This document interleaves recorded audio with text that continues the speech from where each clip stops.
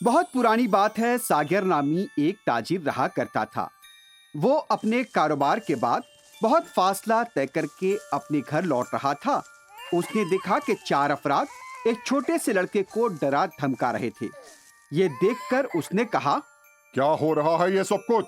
چھوڑ دو چھوٹے لڑکے کو۔ ساگر نے بہت ہی غصے والے انداز میں ان افراد سے کہا۔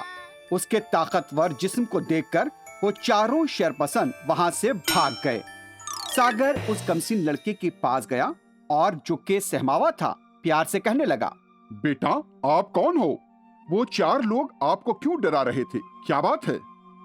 یہ سن کر کمسن لڑکے نے ساگر سے کہا، چچا جان، میں ایک یتیم لڑکا ہوں، مجھے اپنے والدین کا تک پتہ نہیں، لیکن وہ 4 لوگ مجھے دھمکا کر مجھ سے بھیک منگواتے ہیں۔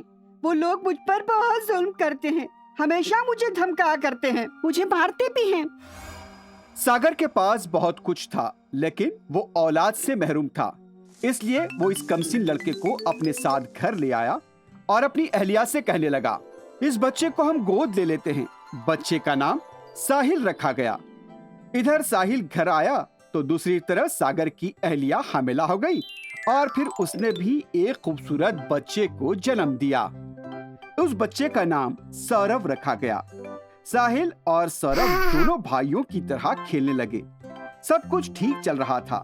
اچانک گاؤں پر ایک خطرہ منڈلانے لگا۔ گاؤں کے قریب رہنے والے جنگل میں ایک شیطان پہنچ گیا۔ وہ شیطان اتنا خطرناک تھا کہ چھوٹے بچوں سے لے کر بڑوں کو بھی مار کر کھا لیا کرتا تھا۔ اس کی دہشت صرف یہی گاؤں میں نہیں بلکہ آس پاس کے گاؤں میں بھی پھیل چکی تھی۔ گاؤں کے ہر شہری کے اندر خوف کا ماحول تھا، ہر کوئی خوف زدہ تھا۔ شیطان کا ڈر ان کے اعصاب پر سوار تھا۔ اس دوران گاؤں کے کچھ بہادر نوجوان اس شیطان کا مقابلہ کرنے کے لیے نکلے۔ شیطان، تم جو کر رہے ہو وہ ٹھیک نہیں ہے۔ معصوم لوگوں کو بے رحمی سے مت مارو اور جنگل سے نکل کر گاؤں میں مت آؤ۔ ہم روز ایک بکرا تمہیں پیش کریں گے، اس کے علاوہ تمہیں دوسری کھانے کی اشیاء بھی ہم پہنچائیں گے، لیکن معصوم لوگوں کو مت مارو۔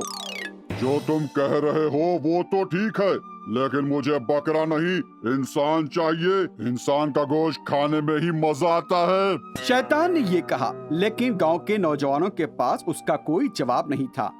انہوں نے بات تو کر دی اور سوچتے ہوئے گاؤں کی طرف واپس چل پڑے۔ اس دن کے بعد سے ہر دن گاؤں سے ایک آدمی بہت ساری کھانے پینے کی اشیاء کے ساتھ جنگل کی طرف بھیجا جاتا۔ اس دن سے وہ شیطان جنگل میں بیٹھ کر اسے جو کچھ بھیجا جا رہا تھا وہ کھانے لگا۔ کچھ دن کے بعد شیطان کی غذا بھیجنے کا نمبر ساگر کا آیا۔ بابا، آپ مت جائیے، آپ نے ایک دن میری جان بچائی تھی، میں اس کے لیے آپ کا احسان مند ہوں۔ اب مجھے احسان چکانے کا وقت آ گیا ہے، میں آپ کی جان بچاؤں گا، مجھے شیطان کے پاس جانے کی اجازت دیجیے۔ یہ کہہ کر ساحل بیل بنڈی لے کر شیطان کا لقمہ بننے کے لیے نکل پڑا، لیکن ادھر سورب بھی اپنے والدین کو بنا کچھ بتائے اپنے بھائی ساحل کے پیچھے جنگل پہنچ گیا۔ جب ساحل نے شیطان کو دیکھا تو اسے وہ چٹان کی طرح نظر آیا۔ ساحل کو دیکھ کر شیطان نے کہا، اے کمسن لڑکے، میرا نوالا بننے سے ڈر کر تم کیا بنڈی سے نیچے نہیں اترو گے؟ نیچے اتر کر نہیں آؤ گے؟ جب شیطان ساحل کو دبوچ کر اسے مارنے کا سوچ رہا تھا، اسی وقت سورب بھی درخت کے پیچھے چھپا ہوا تھا۔ فوراً وہ شیطان کے سامنے آ کر کھڑا ہو گیا۔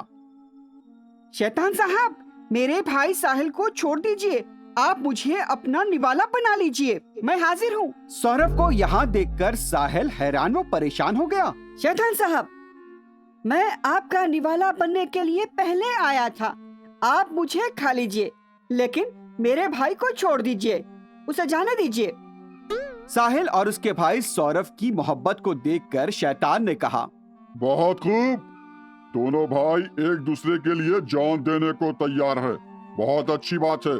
اچھا یہ بتاؤ، تم دونوں آخر ہو کون؟ کیوں ایسا کر رہے ہو؟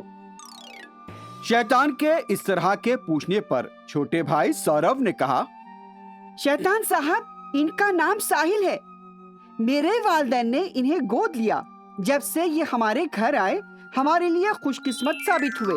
ہمارے گھر کے بڑے چشم و چراغ کو چھوڑ کر آپ مجھے اپنا نوالا بنا لیجئے۔